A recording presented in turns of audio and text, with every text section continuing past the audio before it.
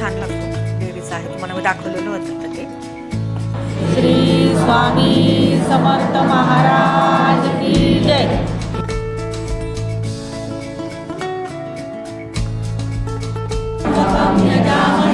सुगंधित पुष्टिवर्धनम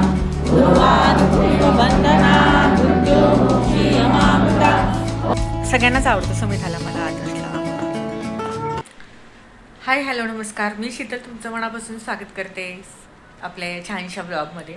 आज संध्याकाळी ब्लॉग शूट करायला घेतला आहे. तर आज आहे चतुर्थी आणि दिवसभर काही जमलंच नाही.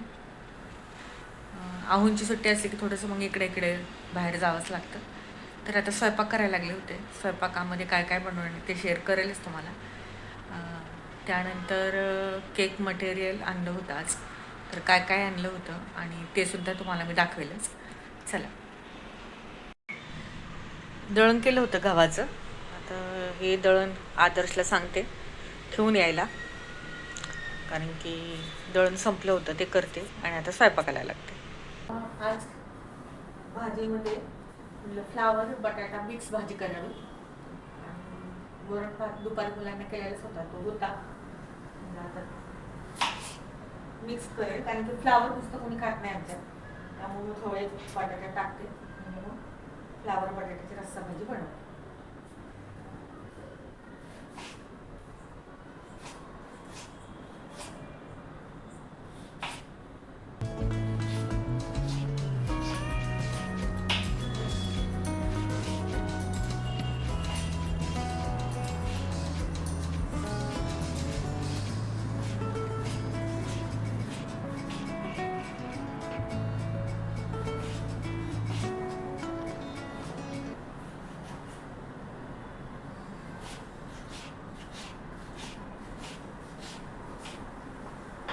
बटाटा कट करून घेतलाय. आता फ्लावर घेते.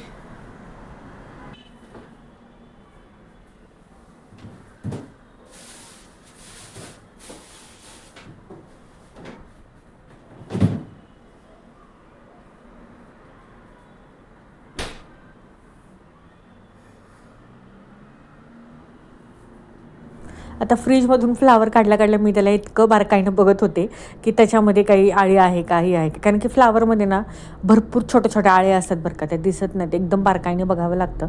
त्यामुळे मी मग चाकूने त्याला ना एकदम बारीक कट करून ना एकदम म्हणजे बारकाईनं बघत होते की त्याच्यात आळी आहे का नाही. आता फ्लावरची भाजी मला ना खरंच करावीशी वाटत नाही, पण मुलांना आवडतो.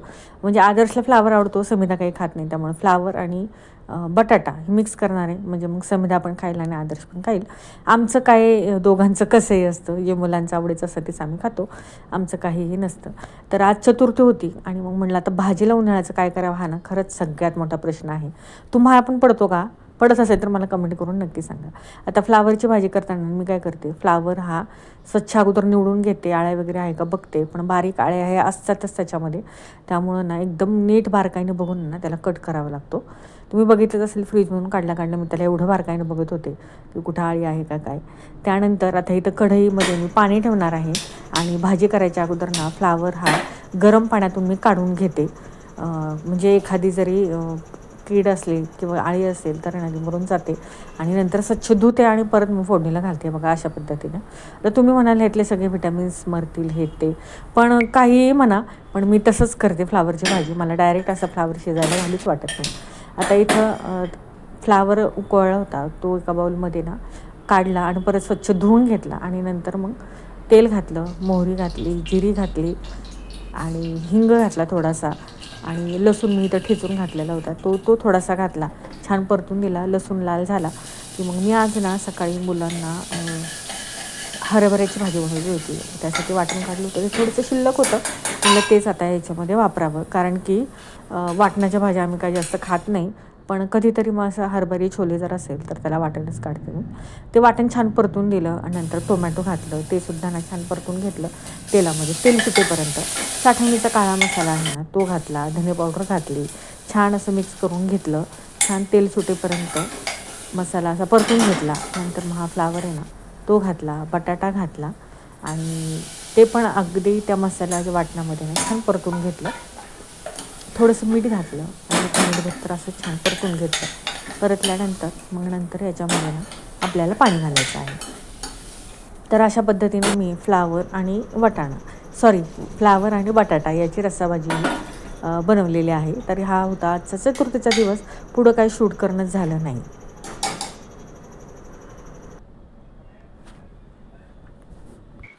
हाय हॅलो नमस्कार, मी शीतल तुमचं मनापासून स्वागत करते आपल्या या छानशा ब्लॉगमध्ये.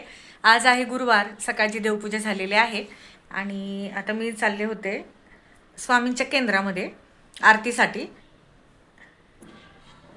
आता गुरुवार म्हणलं की मी असा येल्लो कलरचा ड्रेस घालतेच. साडी किती ठरवलं साडी घालायची पण साडी घालणं काही होत नाही. घाई गडबडीत सकाळची गडबड असतेच आणि त्याच्यामुळे मग पटकन ड्रेस घालायचा. पण पिवळ्या कलरचा मात्र मग मी ड्रेस घालतेच, कुर्ती असेल किंवा पूर्ण ड्रेस असेल. तर आज हा असा ड्रेस घातला आहे आणि आता चालले स्वामींच्या केंद्रामध्ये आरतीसाठी आणि तिथं गेल्यावर मग तुम्हाला मी शेअर करेलच. तर चला.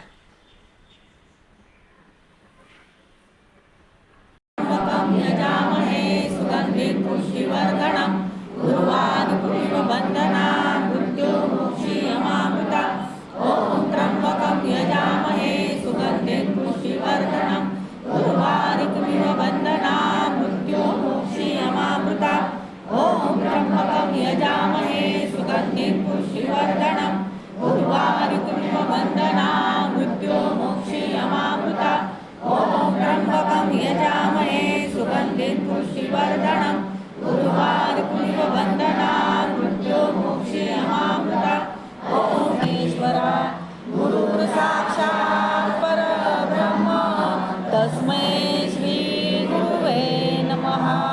श्री स्वामी समर्थ महाराज की जय. श्री अंबा माता की जय. श्री अंबा माता की जय. श्री अंबा माता की जय. भारत माता की जय. श्री नवनाथ महाराज की जय. दर्शन घेऊन त्यानंतर महिलावर्ग दर्शन घेऊन प्रसाद घेऊन मार्गस्थ होते. धन्यवाद. श्री स्वामी समर्थ. आरती झाली, मार्गदर्शन झालं आणि त्यानंतर इथं मी आता स्वामींच्या दर्शनाला उठले होते. गुरुवार म्हणलं ना भरपूर सारी गर्दी असते केंद्रामध्ये. आरती झाल्यानंतर इथं तुळजाभवानीचं मंदिर आहे, तिथं सुद्धा मी आरतीला गेलेले होते. म्हणलं चला इथं पण आरती आहे तर आरती इथली करून जावी. तुळजापूरची आई ही पण आमची कुलदेवी आहे. मग म्हणलं चला इथून दर्शन घ्यावं. छान असं इथं पण दर्शन झालं आणि आता अधिक मास चालू आहे त्यामुळं ना इथं प्रसादसुद्धा ना अनारसे, बत्ताशे, धोंडे याचाच होता स्वामींच्या केंद्रात पण आणि इथं पण. छान वाटलं दर्शन घेऊन आणि तुम्ही बघत असाल हातामध्ये माझ्या अनारसेच होते. इथं दर्शन घेतलं आई तुळजाभवानीचं आणि नंतर मग घरी येण्यासाठी म्हणलं चला आता घरी जावं.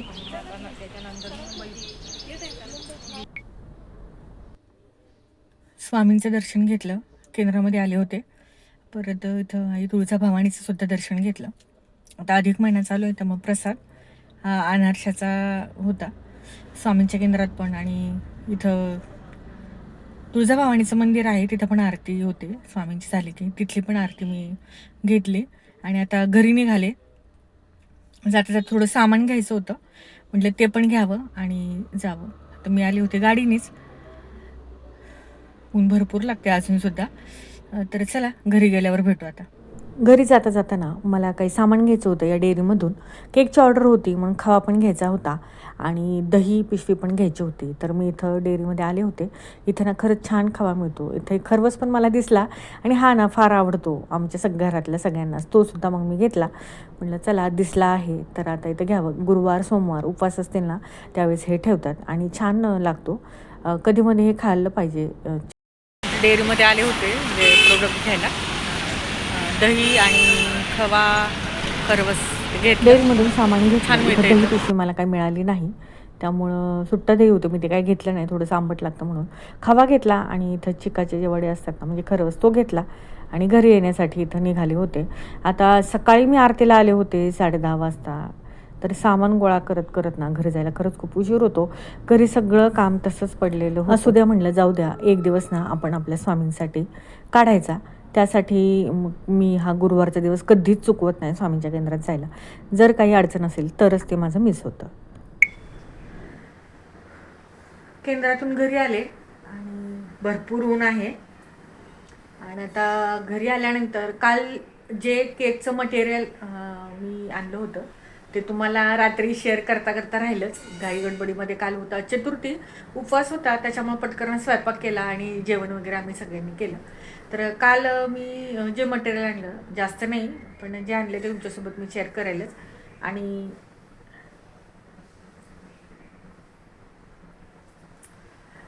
तर कुठलं प्रीमिक्स वापरते मी, परत कुठली क्रीम वापरते, जे आता केक बनवत असतील माझ्यासारखेच नवीन बिगनर्स असतील तर त्यांच्यासाठी खरंच म्हणजे एक टिप सांगणार आहे मी.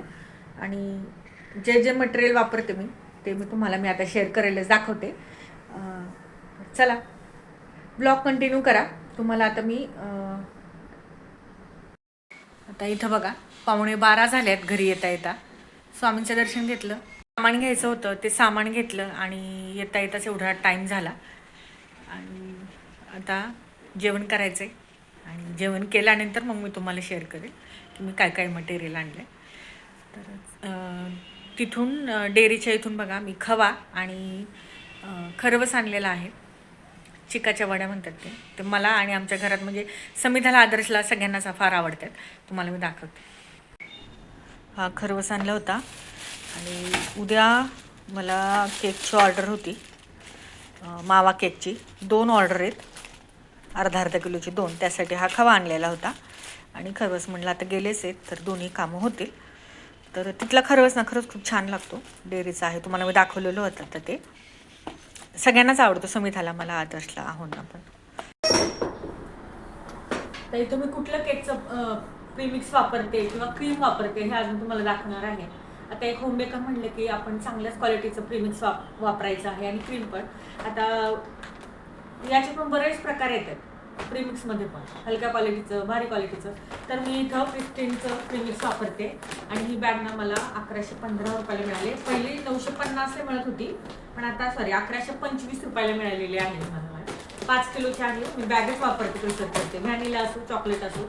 चॉकलेटची आणखी 40 रुपयाने थोडंसं महाग असणार आहे. क्रीम म्हणाल तर इथं मी ट्रोपोलाइट प्रीमियम वापरते किंवा स्टारची रिचचं ब्रँड आहे ना ते पण मी वापरते, स्टार विप म्हणून. तर ती पण चांगली आहे. आणि हे म्हणजे जे अवेलेबल असेल ते मी आणते. इथं मी आता ट्रोपोलाइटची क्रीम आणलेली आहे. याच्यात पण 2 क्वालिटी आहेत. ही प्रीमियम आहे आणि दुसरी एक आहे ती 120ला आहे आणि ही 150 रुपयाला आहे. तर ही क्रीम मी वापरते. आणि तुम्ही जर घरीच तुमच्या घरचं म्हणजे घरी बसून तुम्ही बिझनेस करत असाल, होम बेकर असाल, तर मी सांगेन की तुम्ही चांगल्या क्वालिटीचं प्रीमिक्स क्रीम वापरा. आणि इथं मी हे ना मावा केकचे कंटेनर आणलेले आहेत बघा,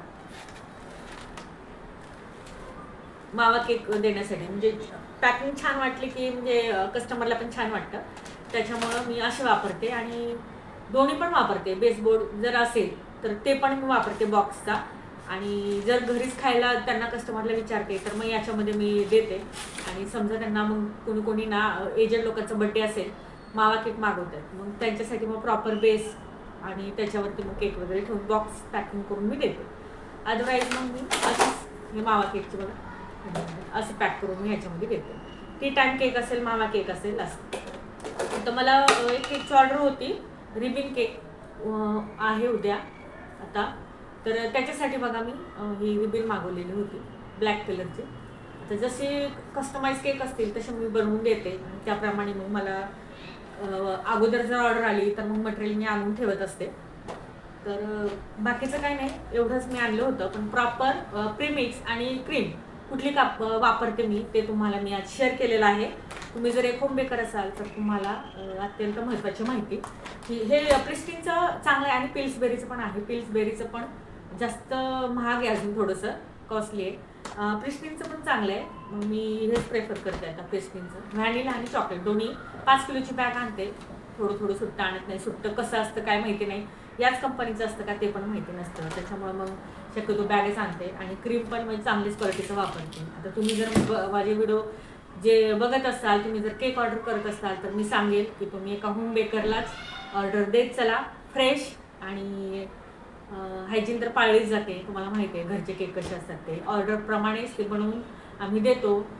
बेकरीमध्ये तुम्हाला शिळे केक बघायला भेटतील, प्लस क्रीम कशी वापरते, प्रेमिक्स कुठलं वापरतं ते त्याची तुम्हाला ही गॅरंटी नसते आणि हलक्या क्वालिटीचंच असतं ते तर माहीतच आहे. तुम्ही बेकरीचे केक खावा आणि घरी एका होम बेकरला दिलेल्या ऑर्डरचे केक खावा, त्याच्यामध्ये बराच फरक आहे. तर चला, जे कोणी माझ्यासारखं ऑर्डर घेत असतील तर त्यांना मी सांगेलच, चांगल्या क्वालिटीचं मटेरियल वापरा आणि कस्टमरला चांगलं देण्याचा प्रयत्न करा. नक्कीच तुमच्या ऑर्डर ह्या वाढतील आणि टिकून राहतील आणि तुम्ही सुद्धा घरी बसून छोटा मोठा असा केकचा बिझनेस करू शकता. नसेल सुरुवात केली तर सुरुवात करा, हळूहळू का होईना काही ना काहीतरी करत राहा, महिलांनी तरी मी सांगेन. तर चला, जवळून एक थोडंसं शूट घेते, तुम्हाला दाखवते. तर अशा पद्धतीने मी केकचं मटेरियल वापरते. आजचा ब्लॉग कसा वाटला नक्कीच कमेंट करून सांगा. व्हिडिओ आवडत असतील तर लाईक, शेअर, सबस्क्राईब करायला मात्र विसरू नका. भेटूया नेक्स्ट व्हिडिओमध्ये एका छानशा ब्लॉगसोबत आणि कमेंट करायला मात्र विसरू नका. चला, बाय.